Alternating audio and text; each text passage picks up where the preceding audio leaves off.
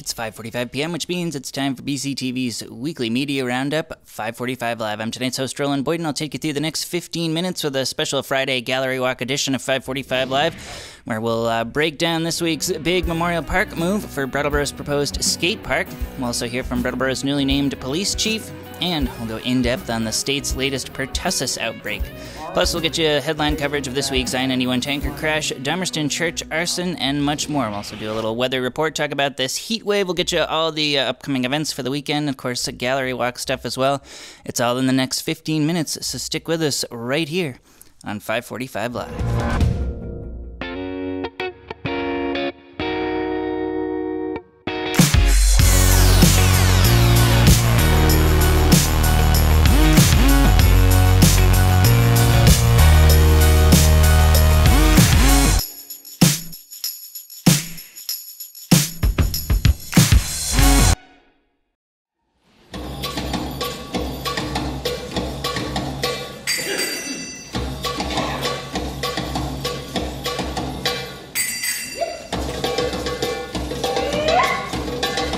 Welcome back to this September 5th, 2014 edition of 5:45 Live. I'm tonight's host, Roland Boyden. Now, that's footage of the first ever Goddess Rising belly dance fundraiser, which was for the Women's Freedom Center this past year. Now, that's an event that's set to grace High Street's Silver Moon adornments for a new fundraiser that includes donations to help support the 29 High Street store this Saturday. Now, we're going to talk more calendar items in a little bit. We'll get into all the gallery walk happenings as well, but first into the headlines we go, and for that, back into the newsroom. And we'll look no further than this Tuesday's regularly scheduled Selectboard meeting, as the ever-controversial proposal for a Brattleboro skate park made its way before the board once again, with member John Allen making a motion to approve moving ahead on just one of the four proposed sites, the one at Living Memorial Park.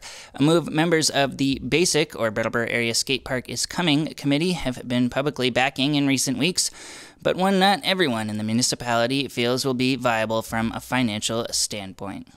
I think there's a motion to authorize development of the skate park at the Teresa Brumgard senior area in the northeast corner of Living Memorial Park. Is there any further discussion?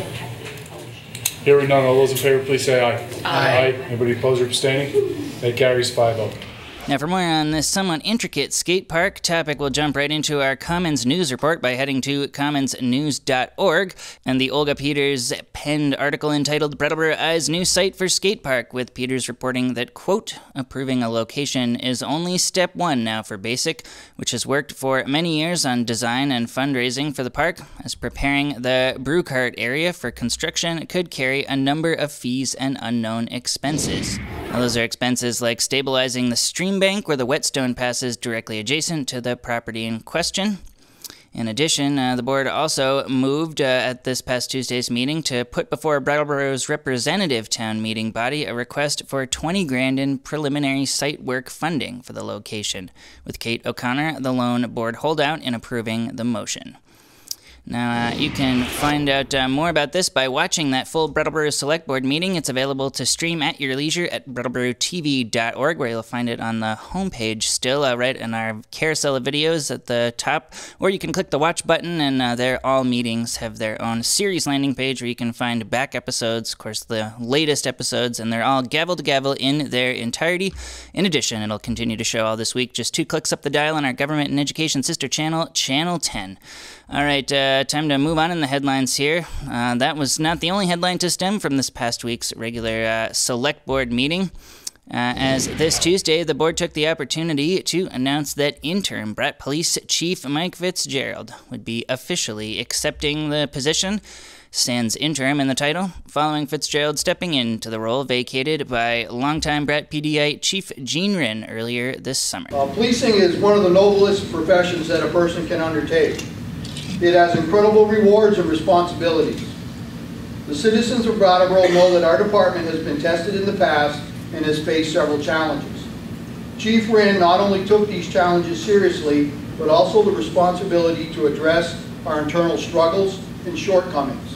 That's a program that you can find in its entirety courtesy of hardworking BCTV volunteer James Bansleben, who was there to capture an hour-long program as folks made comments about Chief Ryn's time in the Brattleboro Police Department. There was a video and much more, so be sure to check that out, streaming at brattleboro.tv.org as well. All right, we're going to move on in the headlines here, as this past Tuesday also saw delays on I-91 north of Putney's Exit 4 after a leaky valve from an Osterman Propane Inc. cargo tanker released roughly 8 gallons of propane during a way station inspection, prompting the response of fire departments from surrounding Vermont and New Hampshire towns, and the shutdown of all 4 lanes on the highway for over 2.5 hours, with Putney's Fire Chief Tom Goddard telling the Reformer that, quote, "We weren't so much concerned about an explosion as we were an uncontrolled gas leak." Now, no one was injured in the course of the leak, and all lanes of traffic have remained open since.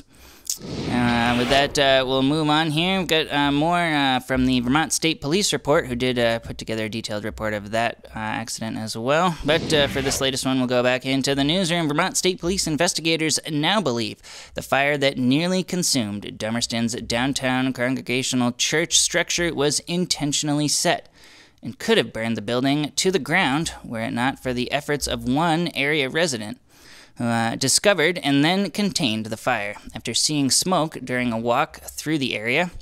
And while the fire department's response was what ultimately extinguished the fire completely, officials cite the efforts of the as of yet unnamed resident who reportedly used the church's own fire extinguisher to stymie the blaze.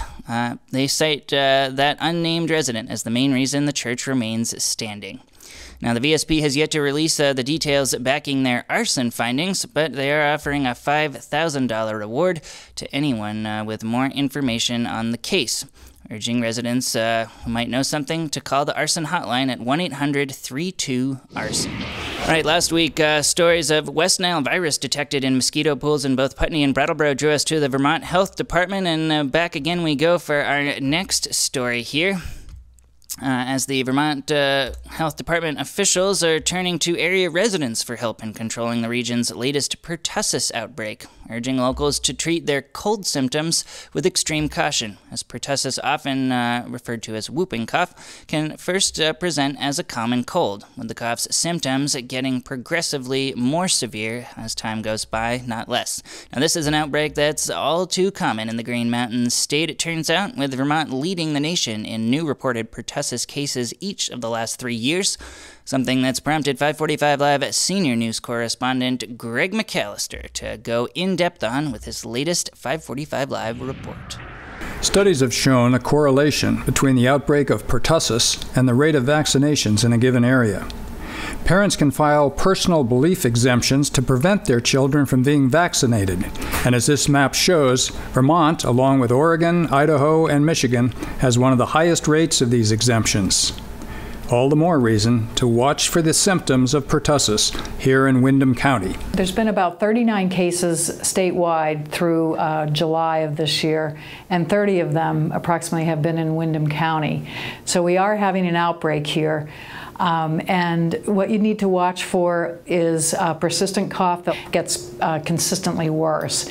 And if you're experiencing that, it's important to be checked out by your healthcare provider.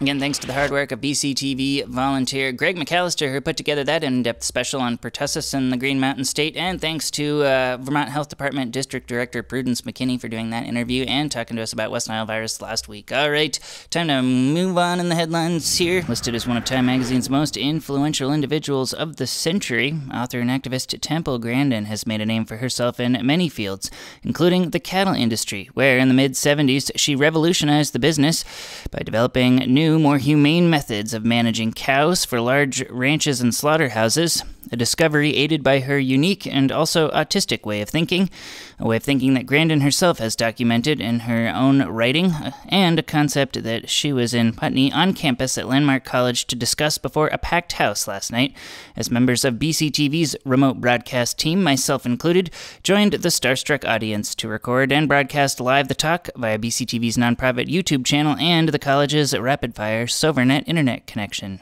Now, this is a circuit in the brain for speak what you see, that's a normal one, and that's mine. A lot of extra branches. What those extra branches did is sort of make a word-based visual search engine. Now, the price I paid for all the visual thinking stuff is I have less bandwidth, less fibers for speak what you see. All right, time to move on in the headlines here. Last week's news that the NRC had officially begun to back power plants in the practice of storing spent nuclear waste on site indefinitely has a direct impact here at home, where some 3 tons of radioactive waste currently resides just down the road at Entergy Nuclear's Vermont Yankee plant. Now, this is an issue that has red flags raised in every nation across the globe. And something that's prompted CERN, or the European Organization for Nuclear Research, staff physicist Steve Rucroft to help enlist the help of the next generation of physics majors like Alex Fay in the creating of the NPPP, or the Nuclear Proliferation Prevention Project, an organization dedicated to finding new methods for reprocessing spent fuel from reactors worldwide, generating new energy in the process, and creating waste that would decay to the point of being radiation-free in a fraction of the time. All a very heady business that both Steve and Alex were in the U.S. in Brattleboro even to discuss this past week with Energy Week host George Harvey live on camera from BCTV's studios. This terrible problem of this nuclear waste, there's hundreds of thousands, probably millions of tons of it. It's radioactive for millions of years, and it's lethally toxic stuff. And it's hanging around in many, many, many different sites all around the planet. And a light bulb went off that we've just got to get young people into this problem. Just introduce young people to this problem, because it really is their problem, because the old guys can't do anything about it. Catch more from Steve Rucroft and Alex Fay as they sat down with Energy Week host George Harvey. You can find them in 2 different episodes as they join George for his regular program, Energy Week with George Harvey and Tom Fennell, as George goes through a week's worth of energy-related headlines, and they talk him through some of their work with the NPP in a second Energy Week Extra. You can find them all at brattleboro.tv.org, where Energy Week has its own series landing page. You can find all of the episodes they've put together in the past year, and take a look at what Steve Rucroft and Alex Fay have to say about nuclear waste and the future of this planet as it relates to nuclear waste. All right, time to move on now, and for that, we'll get into some of the area events going on with our calendar coverage. But first, a quick look at the weather. Anybody that's stepped outside in the past few days notices we're going through a heat wave. In fact, it's posted record heat for the Green Mountain State for this here 2014 summer anyway. So figures that it's after Labor Day that we get the hottest weather of the summer. It should dissipate starting Monday, and there'll be some rain to help counteract some of this here heat tomorrow, Saturday, and Sunday, but we won't see cooler temperatures until this coming Monday. All right, with that, time to launch into our weekly calendar coverage, all sponsored by the Brattleboro Savings and Loan, as they help support BCTV, the myriad of funding, including letting us take a look at area events. Now, in addition to Gallery Walk events tonight, you can also join the Root Social Justice Center tomorrow night in their 28 William Street space to help celebrate their 1-year anniversary. That's 1 year of, quote, offering a financially and physically accessible space to support and bring together communities working for social justice. You can find out more about that with the link at the bottom of the screen here, and check out more events related to Gallery Walk with Gallery Walk's own official website as well. All right, that just about does it here for a Friday edition of 545 Live. We'll sign off and let you get out there to enjoy this weekend's event, enjoy the weather, maybe go swimming one last time before the colder weather sets back in. That does it for me. I'll see you next week for another edition of 545 Live. In the meantime, thanks for watching.